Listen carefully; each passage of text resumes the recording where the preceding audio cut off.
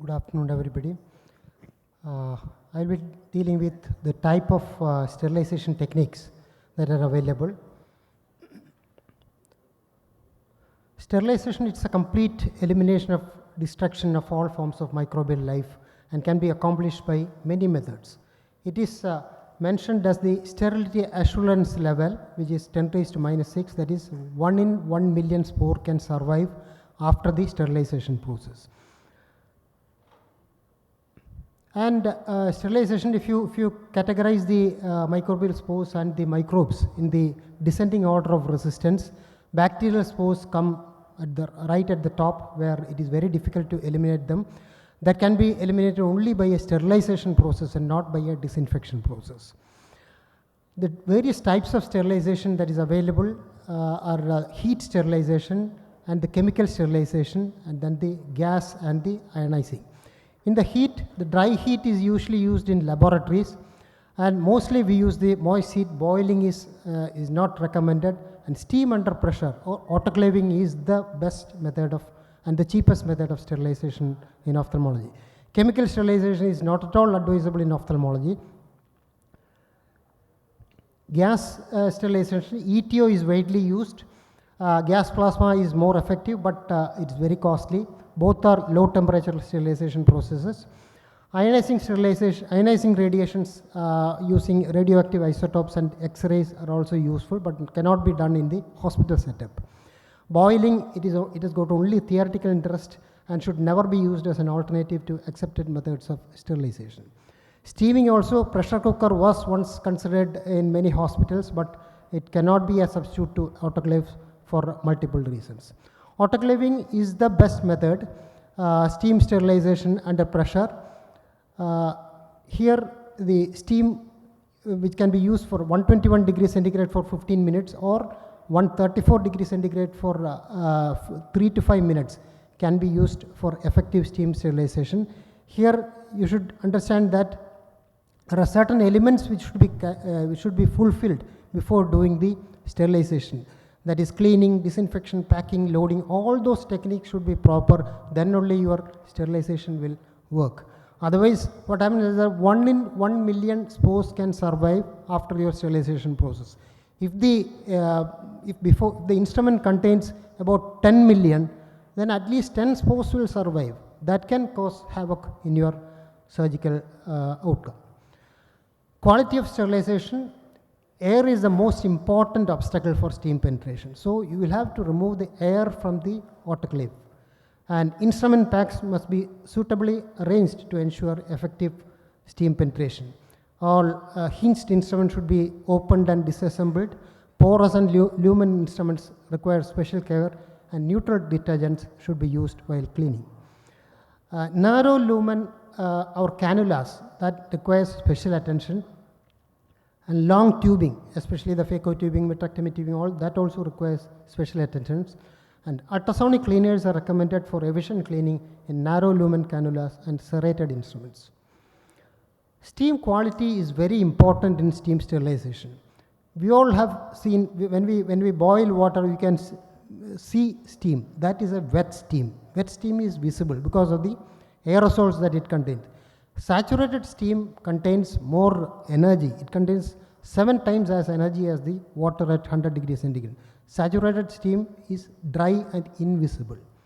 And this 7 times energy is transferred onto the items, and that makes it sterile.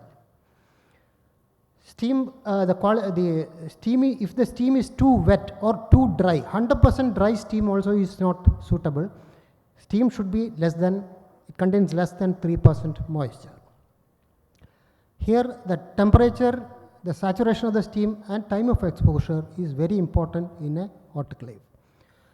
There are several types of autoclave, the gravity and the pre-vacuum. There are 4 cycles of sterilization. First is the preconditioning, where the air is removed. It can be removed by gravity or by vacuum. We will come to that later.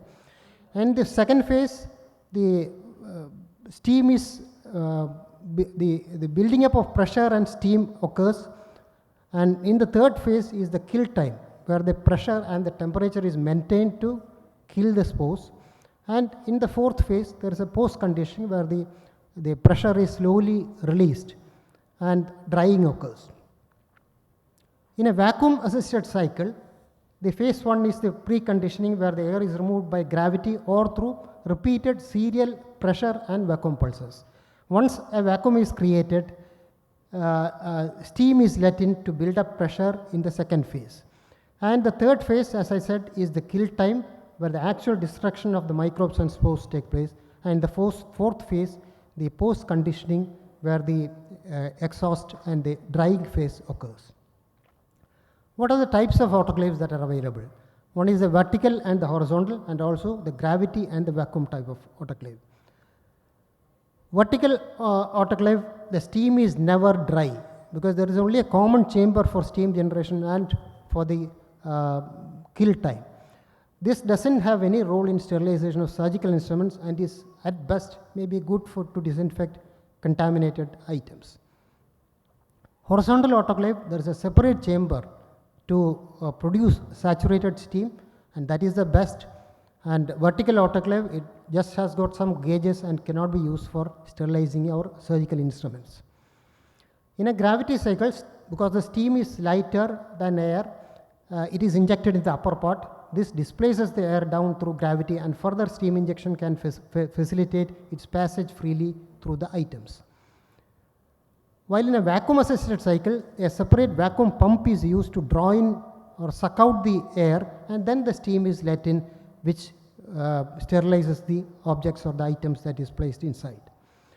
Now, what are the classes of autoclaves that we have heard that there are three classes of autoclaves. One is the N class and the B class and a class S in between. It is easy to remember. Class N is the normal autoclave. It doesn't have any vacuum pump. It is a small and can be used as an auxiliary unit. While class B is the best. That contains fractionated pre-vacuum and can sterilize all loads, including packed loads and the porous loads. Class S is between the N and the B class. It has a vacuum pump, but it is not a fractionated pre-vacuum. It is only a single stage pre-vacuum, and is less effective than the B type. So whenever you go for a autoclave, you always go for the class B autoclave. The autoclave cycles, there are essentially three autoclave cycles. One is the gravity cycle, which is the most basic sterilization cycle, where the steam displaces the air. In the vacuum cycle, a series of vacuum and pressure pulses are used to suck out the air, and then steam is let in. While in the liquid cycle, it is essentially used in laboratories to sterilize media and all. It is a gravity cycle with a slower exhaust rate. Otherwise, if the exhaust rate is faster, the fluids will boil over. And the flash cycles are seen in healthcare setup, where high temperature cycle for a slower period of time is used. And the common products sterilized in autoclaves and the gravity method, as I said, it is mainly the biohazardous waste and the unwrapped goods. While in vacuum, you can sterilize all sorts of heat-sensitive, heat-resistant equipments like wrapped loads, porous materials, and pre-packaged goods. Liquid method is used in laboratories. When you load the autoclave, the flat packs should be kept vertically. Large packs should not touch each other. Small packs can be kept on top, and the basins and all other things should be kept vertical. Loading technique is mentioned here, and class 5 integrators or class 6 emulator strips should be used in every pack. Steam is non-toxic, economical, and can be used for heat and moisture stable devices. It is unsuitable for an increasing number of heat and moisture sensitive devices and sharp instruments. It can promote stains or corrosion. Formalin chamber is not at all advisable in ophthalmology. It is very difficult to validate, and it is irritant and toxic. Ethylene oxide is good for heat sensitive items. It is highly inflammable and toxic, and it should be used with care. The item should be dry, otherwise if there is moisture it can produce toxic substances, and the devices should be aerated before using, so it takes time. But it does not corrode instrument. It is a low temperature process. Gas plasma is a safer alternative.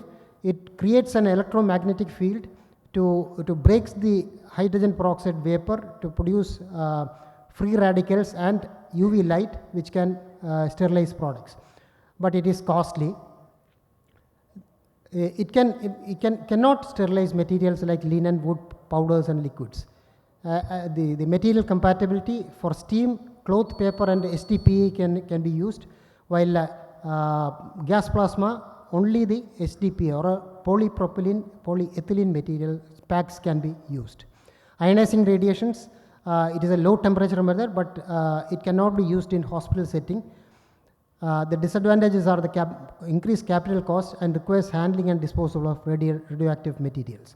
And shelf life, if it is properly stored with in the room of less than 26 degrees centigrade and a relative humidity of 30 to 60 degree, paper packets can last 30 days, muslin packs can last 21 days, plastic bags can last 6 months, and sealed pouches can last 12 months. So to conclude, steam under pressure is the cheapest and the best autoclave technique. Always go for a class B autoclave with a fractionated vacuum pump. ETO and gas plasma are excellent methods for heat sensitive items, and do not depend on vertical autoclaves and formalin chambers. Thank you.